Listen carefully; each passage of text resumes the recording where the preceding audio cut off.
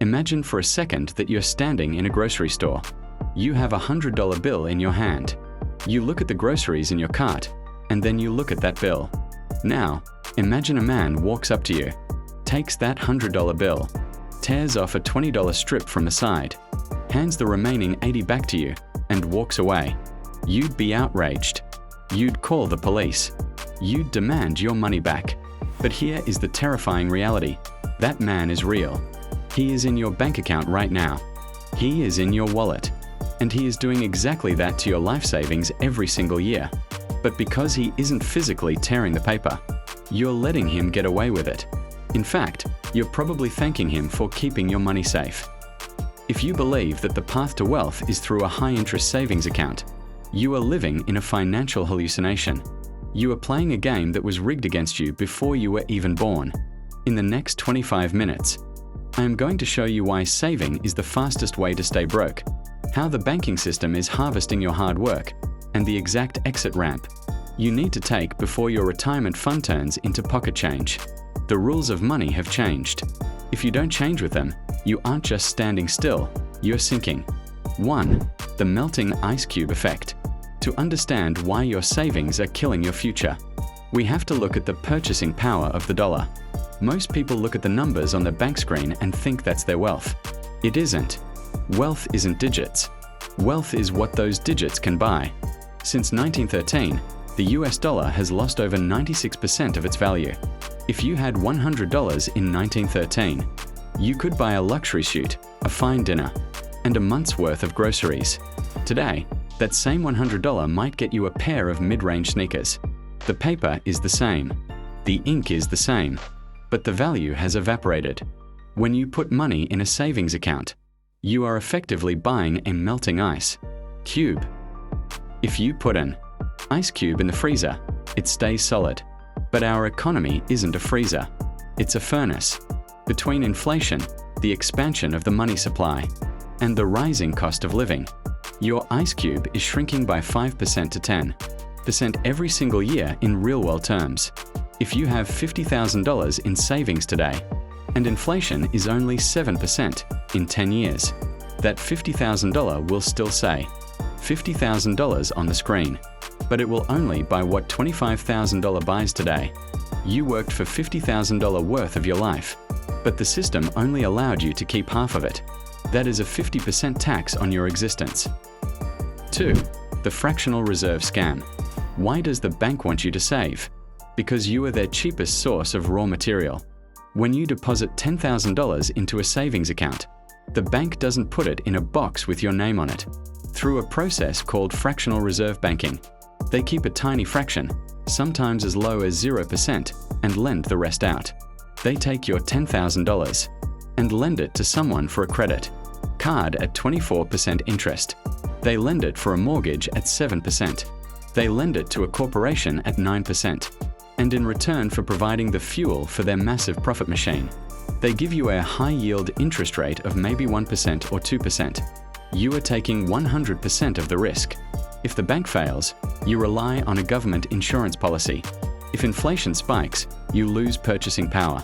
The bank, however, makes the spread. They are using your labor to build their empire while giving you just enough interest to keep you from realizing you're being robbed. You are the liquidity that the sharks swim in. 3. The debt paradox, winners and losers. In our current system, the irresponsible people who take on debt are often rewarded, while the responsible savers are punished. Let's say you and your neighbor both have $100,000. You save yours in a bank. Your neighbor uses his $100,000 as a down payment on a $500,000 property. 5 years later, inflation has caused prices to rise by 20%. Your $100,000 in the bank now buys 20% less. You are poorer, but your neighbor, his $500,000 property is now worth $600,000. He just made $100,000 in equity. More importantly, his $400,000 debt to the bank is now cheaper to pay back because the dollars he owes are worth less than they were when he borrowed them. Inflation is a wind at the back of the debtor and a wall in the face of the saver. The system is literally designed to Transfer wealth from the person who holds paper to the person who holds assets. 4. The safety delusion. The biggest reason people save is safety. We've been told that the stock market is gambling and that real estate is risky. But let's define risk. Is it riskier to put your money into a diversified basket of the world's most profitable companies, the S&P 500, which has historically returned 10% a year for a century? Or is it riskier to put your money into a bank account that is guaranteed to lose 5 to 7% of its value every year to inflation? One is a volatile climb to wealth. The other is a smooth, guaranteed slide into poverty. Real safety isn't a high bank balance. Real safety is owning things that people will always need. People will always need a place to live, real estate. People will always need to buy products, stocks. People will always need energy and food, commodities. If you own the stuff, you are protected. If you own the paper, you are a victim of the people who print the paper. 5. The psychology of the saver versus the investor. Savers think in terms of addition.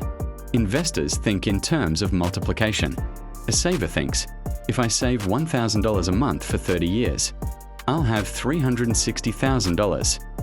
An investor thinks, if I deploy $1,000 a month into an asset with a 7% compound return, I'll have $1.2 million. The difference between those two numbers isn't just money, it's decades of your life. The saver has to work 3 times as long to achieve the same result as the investor. The saver is trading their time for a currency that is dying. The investor is trading their currency for an asset that buys back their time. You have to move from a scarcity mindset, where you try to hoard every penny, to an abundance mindset, where you see your money as a tool to be deployed. Money is like manure. If you pile it up in one place, it starts to stink. But if you spread it around, it makes things grow. 6. The exit ramp, how to escape. So how do you stop being a saver without being reckless? The survival fund. Yes, keep 3 to 6 months of cash for emergencies, but treat this as an insurance premium. Know that this money is losing value, and that's the price you pay for immediate liquidity. The debt flip. If you have high interest debt, pay it off immediately. That is a guaranteed return on your investment.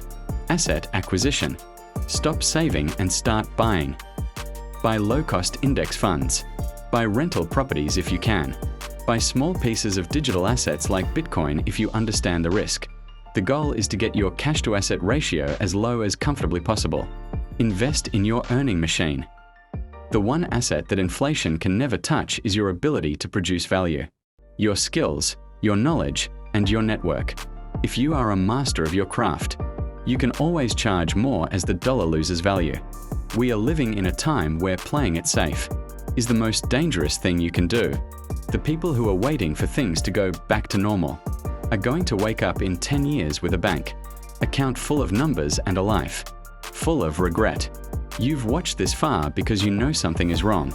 You can feel the cost of living rising, and you can see your hard work being diluted. Today is the day you stop being a spectator in your own financial destruction. If you found value in this deep dive, do 2 things right now. First, hit that subscribe button and turn on the notification bell. We are living through a financial revolution, and I am here every week to give you the blueprint to navigate it. Don't let the algorithm decide your financial future. Take control and stay informed. Second, I want you to look at your bank account today.